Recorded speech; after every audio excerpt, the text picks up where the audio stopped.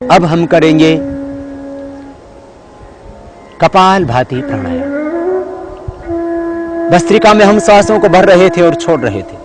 कपाल भाती में खाली छोड़ना है श्वासों को बाहर।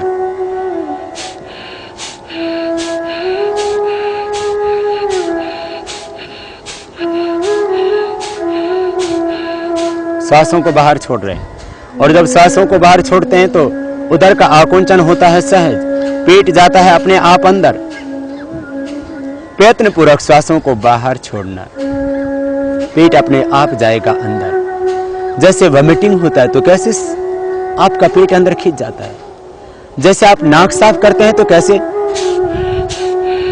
पेट खींचता है। सांस को बाहर ही धक्का देना, पूरे प्रयत्न से, पूरी शक्ति से, एक ही विचार, एक ही संकल्प कि मैं श्वास को बस बाहर छोड़ रहा हूं।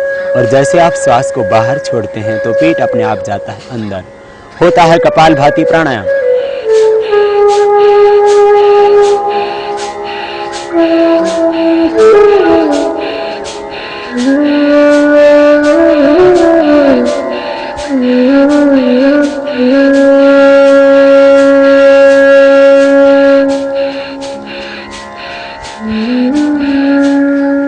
जब थकान लगे तभी रुक जाएं। प्रारंभ में आप इसको 30 बार ही करें। 30 बार करने पर पूरी तरह से आप थक जाते हैं, फिर विश्राम करें। विश्राम करके दोबारा हम प्रारंभ करेंगे। तो ये कपाल भाती प्राणायाम। कपाल कहते हैं मस्तिष्क के इस अग्रभाग को और भाती कहते हैं दीप्ति को। इस प्राणायाम के करने से माथे पर एक ओज, तेज, आभा, कांति, ज्योति, लावण्य आ जाता है।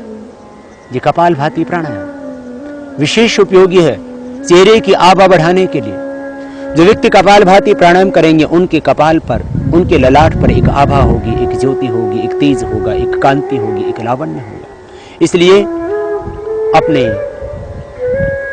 शरीर को सुंदर बनाने के लिए, चेहरे को सुंदर बनाने के लिए आपको किसी कॉस्मेटिक लगाने की आवश्यकता नहीं।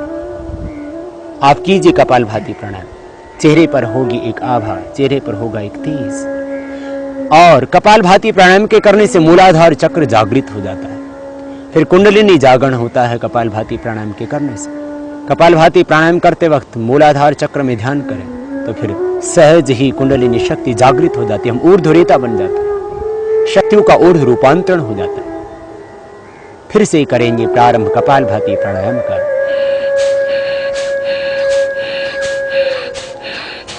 सांस को पूरी शक्ति के साथ में बाहर छोड़ रहे हैं और मन में है एक संकल्प, एक विचार कि मेरे शरीर में जितने भी रोग हैं, विकार हैं, दोष हैं, अशुद्धियां हैं, सब बाहर निकल रही हैं। शरीर में जब विजातीय तत्व संग्रहित होते हैं तभी रोग पैदा होते हैं। आप कपाल भाती प्राणायाम को करते समय मन में विचार करें कि मेरे शरीर में जितने भी टॉक्सिन्स हैं, ऑक्सीडेंट्स हैं, सब बाहर निकल रहे हैं। जब शरीर में टॉक्सिन्स रहेंगे नहीं, शरीर में जब ऑक्सीडेंट्स रहेंगे नहीं तो व्याधियां कैसे समा सकती हैं देह में। इसलिए विचार करें, शरीर की जितनी भी नेगेटिव एनर्जी है सब बाहर निकल रही है।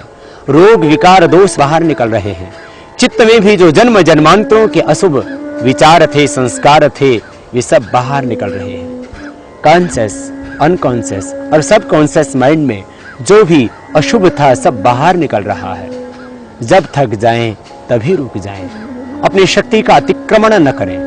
फिर से विश्राम करें बीच में एक बार।